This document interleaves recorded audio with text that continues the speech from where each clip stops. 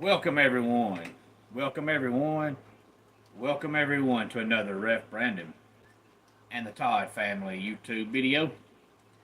Wherever you are, whatever you may be doing, thank you so much for making Ref Brandon and the Todd Family a part of your day. We always greatly appreciate it. I figured I would finally get on here again and do another live video. Hopefully it pops up on somebody's feed and they come on here and tune in live and comment, and I will try my best to react and comment to as many comments as I get, if I get any. If not, it's not a big deal, but I stay so busy I just never ever get a chance to go live. And even if I do, there's usually at least one kid here with me, and I'm scared they're going to come in here and want something and mess it up. But today, there's nothing going on. I have nothing planned. So I said, you know what? I'm going to get on there and do a live video. If you come on here and see it live and you have any comments about any of the action from yesterday, please feel free to let me know. I know they always say, they claim, whether it's true or not, they claim that the biggest improvement a team makes is from week 1 to week 2. It's one of those things that even if it's not true, you hear it so much, you start to believe it. But if it is true, it doesn't always help, because a lot of times you look at, a smaller program that plays a big time program in week 1, and then they play a program on their level in week 2. Did the team get better, or is it just the fact that competition is not as good? You just don't know. So you hope it is true, so that if you're a fan of a team that looked not so great in week 1 but looked pretty good in week 2, then you know it's a sign of things to come. But looking over some of the scores from yesterday, Nebraska dominated Colorado, and I'm so glad. I'm getting where I absolutely cannot stand Deion Sanders. I see I have 5 people in here watching. Hello to all 5 of you. If you'd like to comment, please comment so I know that you are in here. I would greatly appreciate it. But I'm getting where I can't stand Deion Sanders. His team has won absolutely nothing, and he's already had 1 media member banned for coming out and saying Colorado had a bad year. But the only problem with that is Colorado had a bad year. So why are you banning a media member for coming out and saying you sucked last year, when the reality of it is you sucked last year? Plus, if you're a head coach, you can't be that thin-skinned. You can't get that butthurt over somebody saying you suck. If so, then you shouldn't be no head coach. Because even if you're successful, there's going to be somebody come out and say that you suck. So if that really hurt Deion Sanders' feelings, I think he's in the wrong business. But if he's already banning media members for saying they suck when they suck, then you can imagine how insufferable Deion Sanders is ever going to be if Colorado ever actually starts winning. So I was a Cornhusker fan last night. Thank God Nebraska won. 28-10 was the final score, but it's one of those games that wasn't that close. The first half was all Nebraska. Nebraska could have put up 900 had they wanted to. But in the second half, they kind of caught off the dogs, and Colorado scored a little bit. Nebraska wins by 18. It wasn't that close. Arkansas State defeats Tulsa 28-24. Now, if you followed my channel long enough, you know that I don't come on here and give you the score of every single game. What I try to do is give you the scores from either the big time games of the week or games that ended up being closer than expected. For example, Florida destroyed Samford last night. I'm not going to discuss that game. The game was supposed to not be close. The game wasn't close. It's a waste of time to talk about it. But if there's a top 10 matchup of a game you think is going to be close, but it's not, I'll still give that score. Or if a game like Arkansas State and Tulsa is close, I'll give that score.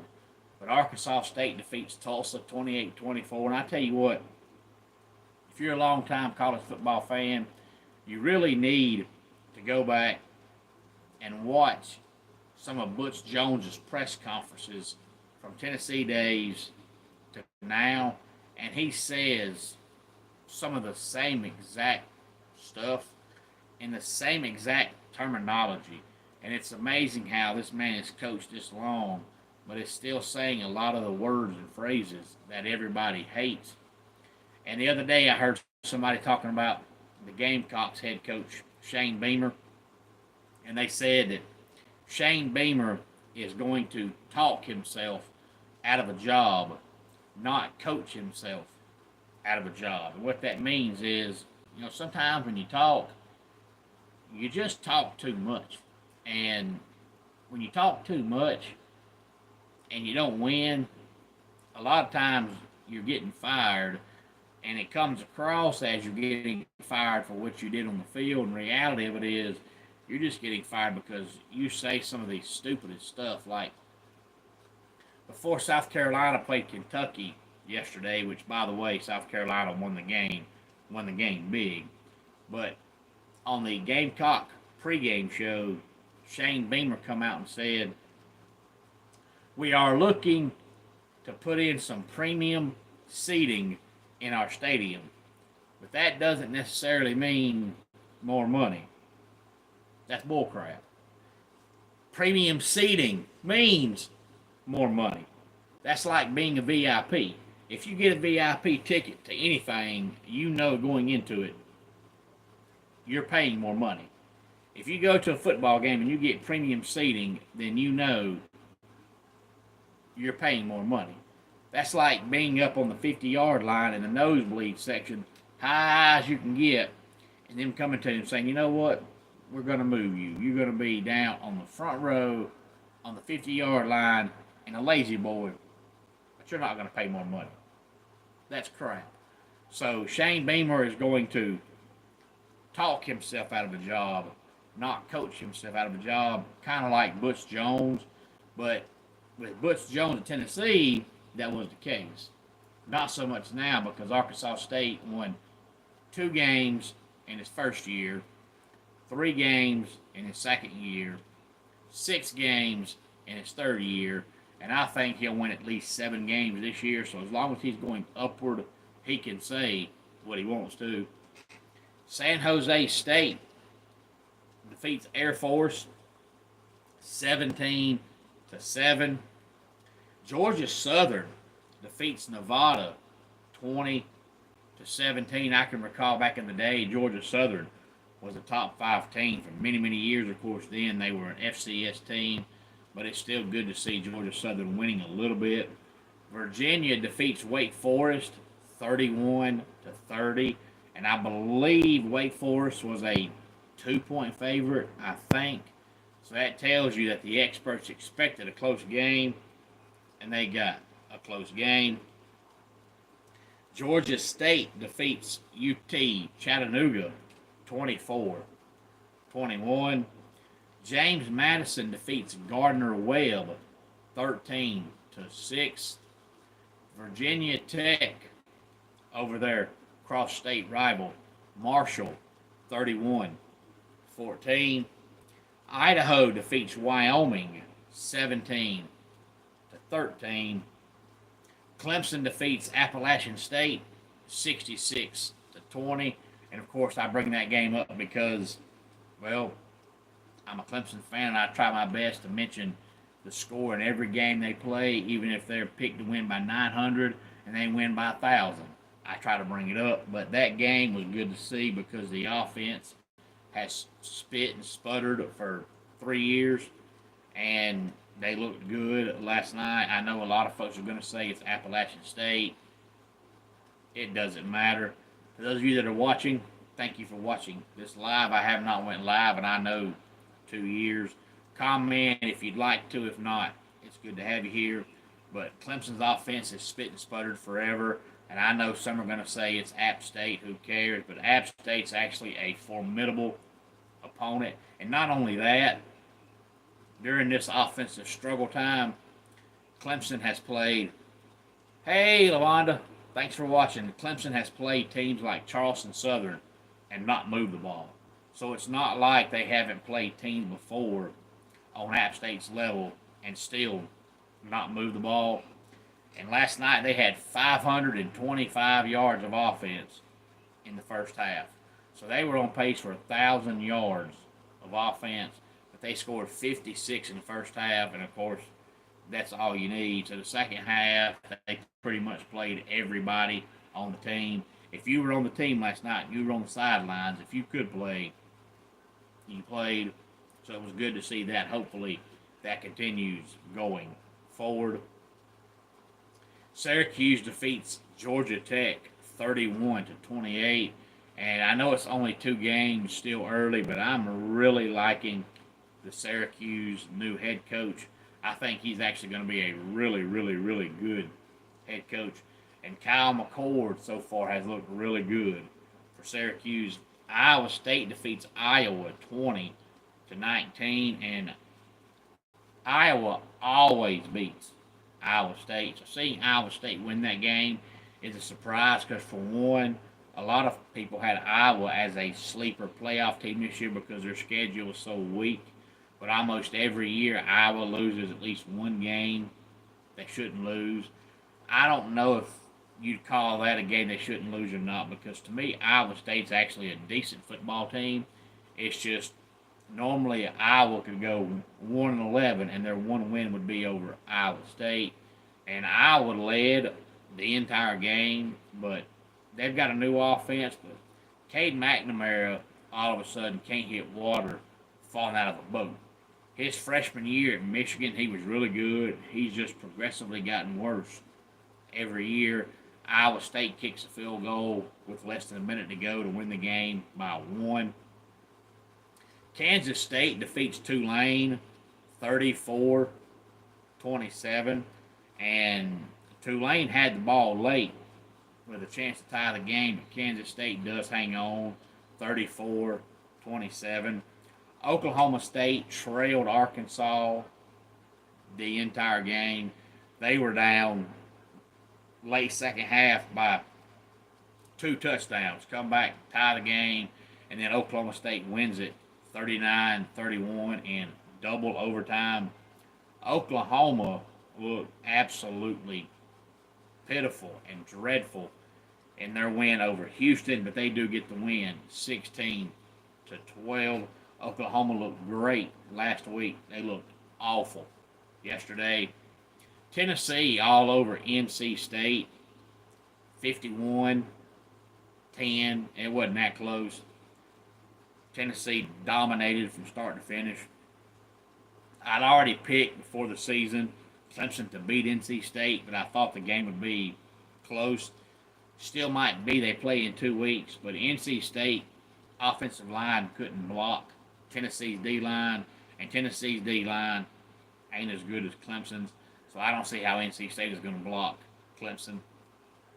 But the only thing about NC State that I was kind of dreading from a Wolfpack perspective going into the season was the fact that if you watch Grayson McCall play at Coastal Carolina, Grayson McCall threw the ball all over the field.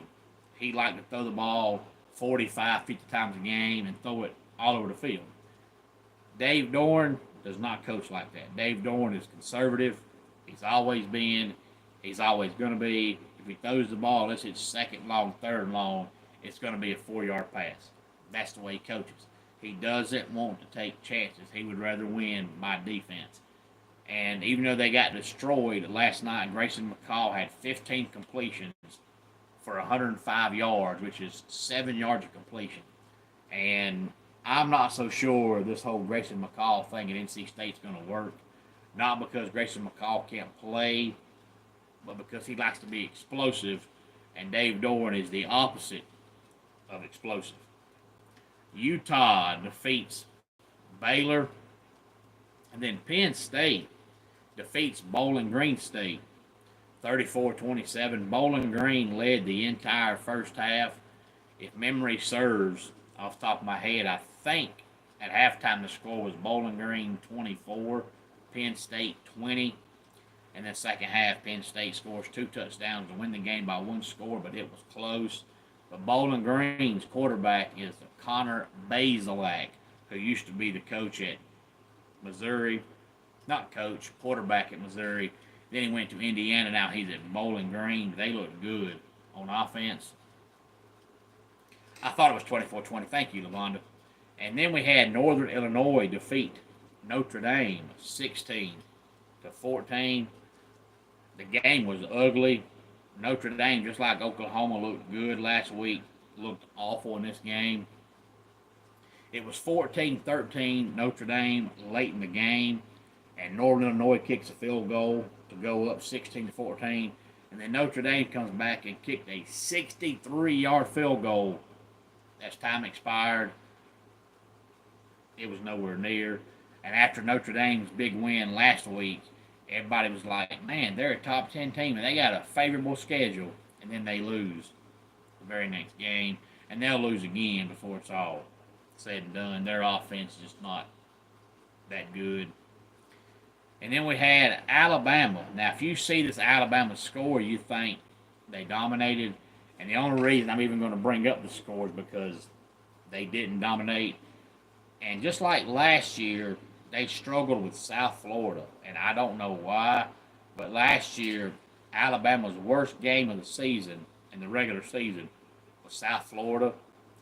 That's the game where if they'd have had 12 quarterbacks, they'd have played 12 quarterbacks because they just could not move the ball. But in this game, if I'm not mistaken, going to the fourth quarter, it was South Florida 13, Alabama 14. And then Alabama scored 4 touchdowns in the fourth quarter to win the game 42-16. For the first 3 quarters, South Florida was right with them. For whatever reason, Alabama just looks like a hot pile of doo-doo when they play South Florida. Texas destroys Michigan. It was 31-12, but it wasn't that close. Texas caught off the dogs because Michigan just could not move the ball. Michigan looks absolutely lost on offense. I mean, they look like they have no idea what a football is when they get the ball. On offense, they've got a lot of work to do on the offensive side of the ball. And then the reason why I didn't do my video yesterday is because I was waiting on the Boise State and Oregon game. Alabama always wait till the fourth to show out. They do a lot of times, and a lot of times that hurts you depending on who you're playing.